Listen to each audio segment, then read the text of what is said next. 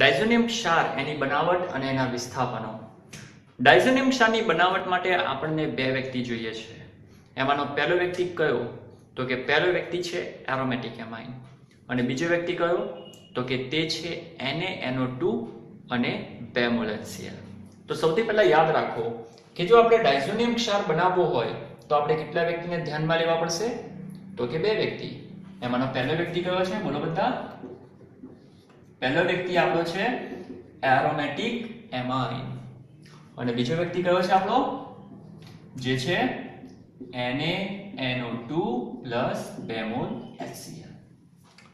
હવે સવાલ થાય કે આ બંને વચ્ચે રાસાયણિક પ્રક્રિયા થવાથી ડાયઝોનિયમ ક્ષાર બને છે કેવી રીતે? તો બહુ ધ્યાનથી જોજો. રાસાયણિક પ્રક્રિયા એકદમ સિમ્પલ છે. એક જ વાર જો તમે સમજશો તો તમને આસાનીથી લાઈફ ટાઈમ તે યાદ રહી જશે. પણ તેની પ્રોસેસ બહુ ધ્યાનથી જોજો. તો સૌથી પહેલા આપણે આ બેની વચ્ચે રાસાયણિક પ્રક્રિયા કરાવીશું. રાસાયણિક પ્રક્રિયા બહુ ધ્યાનથી જોજો. Aromatic amine. ચાલો, એરોમેટિક એમાઇન એની અંદર આપણે કોને નાખવાનો છે? તો કે NaNO2 અને 2 mall HCl. NaNO2 2 mall HCl. હવે આ જે 2 મોલ HCl છે, બોલો આપણે એને આ રીતે લખી શકીએ? HCl 2 mall HCl. હવે આ લોકોની વચ્ચે રાસાયણિક પ્રક્રિયા કેવી રીતે થાય છે ને બહુ ધ્યાનથી જોજો. બહુ સિમ્પલ પ્રક્રિયા છે. અહીંયાથી ગયા 2 હાઇડ્રોજન, અહીંયાથી ગયા 2 હાઇડ્રોજન, અહીંયાથી ગયા 2 ઓક્સિજન. ટોટલ 4 હાઇડ્રોજન અને 2 ઓક્સિજન કાઢી મૂક્યા તો તે લોકો એકબીજા સાથે જોડાઈ જશે અને જોડાઈને શું બનાવશે? 2 મોલ H2O. સૌથી પહેલી પ્રોસેસ. બીજું, અહીંયાથી ગયો Na, અહીંયાથી ગયો Cl, શું પ્રાપ્ત થશે? NaCl. ત્રીજું, એરોમેટિક ચક્ર, એના ઉપર એક નાઇટ્રોજન બચેલો છે તો એને લખો કે એરોમેટિક ચક્રની ઉપર એક નાઇટ્રોજન પડેલો છે. અહીંયા એક તમે બીજો નાઇટ્રોજન પણ જોઈ રહ્યા છો કે જે હજુ પણ એવો ને એવો છે. તો એ નાઇટ્રોજનને આમાં એડ કરો, N2, અને અહીંયા એક Cl પણ બાકી બચેલો છે, એને આની સાથે કનેક્ટ કરી દો. તો આ જે તમને પ્રાપ્ત થયો તે કોણ છે? ડાયઝોનિયમ ક્ષાર છે કે નહીં? તો આ રીતે આ બેની વચ્ચે જ્યારે પણ પ્રક્રિયા થાય છે તો ડાયઝોનિયમ ક્ષાર મળે છે અને બે વસ્તુ છૂટી પડે છે. એક છે NaCl, બીજી છે 2 મોલ H2O. તો હવે આ રાસાયણિક પ્રક્રિયાને શોર્ટમાં આપણે યાદ કેવી રીતે રાખવાની છે તો બહુ ધ્યાનથી જોઈ લેજો. શું લખાય? ArNH2 plus NaNO2. હવે આને આપણે ભેગા લખી નાખીએ, 2 મોલ HCl gives. સૌથી પહેલા આપણે આને લખીશું ArN2Cl plus NaCl plus 2H2O. બોલો લખાય કે ના લખાય? હવે આ રાસાયણિક પ્રક્રિયા આપણે આ રીતે લખી શકીએ છીએ.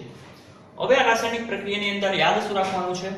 આ રાસાયણિક પ્રક્રિયા જોતા આપણને સમજ પડે છે કે આની અંદર ફેરફાર થયો તો થયો શું ફેરફાર? તો કે આખી રાસાયણિક પ્રક્રિયામાં સૌથી મુખ્ય એક જ ફેરફાર છે. અહીંયા એરોમેટિક ચક્રની ઉપર તમને દેખાય છે NH2, જ્યારે સામેની તરફ એરોમેટિક ચક્રની ઉપર આવી શું ગયું? N2Cl.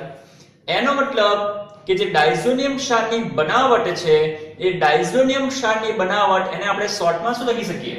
બોલો લખી શકીએ? એરોમેટિક ની ઉપર NH2 gives એરોમેટિક ની ઉપર N2Cl. સૌથી મેઇન ફેરફાર તમે જોવા જાવ તો આ થાય ને, આમાંથી આ. પણ જો મારે આમાંથી આ બનાવવું હોય તો મારે એડ કોને કરવું પડ્યું? તો કે NaNO2 2 HCl. અને જ્યારે આમાંથી આ બને છે ત્યારે છૂટું શું પડ્યું? તો કે 1 મોલ NaCl અને 2 મોલ H2O. તો 1 મોલ NaCl 2 મોલ H2O. તો બોલો રાસાયણિક પ્રક્રિયાને શોર્ટમાં આ રીતે લખાય કે ના લખાય? તો સિમ્પલ મેથડ છે. જ્યારે પણ આપણે ડાયઝોનિયમ ક્ષાર બનાવવો હોય તો તમારે સૌથી પહેલા એરોમેટિક ચક્રની ઉપર કોને લાવવો પડે? Amine, NH2. અને જો આપણી પાસે NH2 હોય તો બોલો N2Cl કરી શકાય કે ના કરી શકાય? આરામથી કરી શકાય. આ કાર્બનિક પરિવર્તનોની અંદર આવી શકે છે. તો તમારે યાદ રાખવાનું, જ્યારે કોઈ પણ ચક્રની ઉપર NH2 હોય તો તમે NH2 નું વિસ્થાપન અથવા તો રૂપાંતરણ શેમાં કરી શકો છો? N2Cl માં. કોઈ વ્યક્તિ પૂછે કેવી રીતે, તો આપણે ભણ્યા પ્રોસેસ હવે એને ડાયરેક્ટ કહેવાનું. શું કહેવાનું? તો કે આની અંદર નાખવાનું કોણ? NaNO2 અને 2 મોલ HCl. અને રાસાયણિક પ્રક્રિયામાં છૂટું કોણ પડી જશે? એક NaCl, 2 H2. અને છેલ્લે પ્રાપ્ત કોણ થઈ જશે? એરોમેટિક ચક્રની ઉપર N2Cl, જે છે આપણો ડાયઝોનિયમ છે. તો ફટાફટ આનું એક આપણે એક્ઝામ્પલ જોઈ લઈએ, ધ્યાનથી જોજો. ધારો કે આપણે એરોમેટિક એમાઇન તરીકે લઈએ છીએ એનિલીન. તમે કોઈ પણ લઈ શકો, મેં એનિલીન લીધું છે.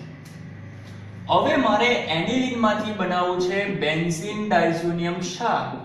બેન્ઝીન તેનો તે ડાયએઝો એટલે કે N2. ક્ષાર કોઈ પણ હોઈ શકે છે, ક્લોરીન હોઈ શકે છે, બ્રોમિન હોઈ શકે છે. આપણે અહીંયા લઈએ છીએ Cl. તો શું બેન્ઝીનની ઉપર અથવા તો એરોમેટિક ચક્રની ઉપર NH2 હોય તો શું એરોમેટિક ચક્રની ઉપર N2Cl બનાવી શકાય? તો કે હા, બનાવી શકાય. કઈ રીતે બનાવી શકાય? તો કે આપણે આની અંદર એડ કોને કરવાનો? NaNO2 + 2HCl. અને રાસાયણિક પ્રક્રિયા દરમિયાન છૂટું કોણ પડશે? તો કે એક NaCl અને 2 મોલ H2. તો બોલો, રાસાયણિક પ્રક્રિયા આવડે કે ન આવડે? સિમ્પલ છે. તો આ રાસાયણિક પ્રક્રિયાને તમારે ખાસ મોઢે કરી નાખવાની, એમાં ભૂલ ના થવી જોઈએ. આ રાસાયણિક પ્રક્રિયાનો મતલબ શું? કે જો ચક્રની ઉપર NH2 હોય તો તેનું રૂપાંતરણ શેમાં થઈ શકશે? N2Cl. અને આ કાર્બનિક પરિવર્તનનું એક સ્ટેપ છે, એક ટ્રીક છે, જેને તમારે તમારી બુકમાં સાઈડ ઉપર નોટ કરી લેવાની. શું નોટ કરવાનું? તો કે જો કોઈ પણ ચક્રની ઉપર NH2 હોય તો તેનું રૂપાંતરણ શેમાં કરી શકાય છે? N2Cl. કેવી રીતે કરી શકાય છે? જો તમારે લખવું હોય તો તમે એ પણ ઉપર નીચે લખી શકો છો, અને નહીં તો પછી તમારે આ રીતે યાદ રાખી લેવાનું, અથવા તો લખી જ નાખવાનું કે જો આમાંથી આ બનાવવું હોય તો શું કરવું પડે? આપણે નાખવું કોને પડે? બોલો બધા, હવે બોલતા રહેજો. NaNO2 + 2HCl. અને છૂટો શું પડશે? 1 મોલ NaCl અને 2 મોલ H2.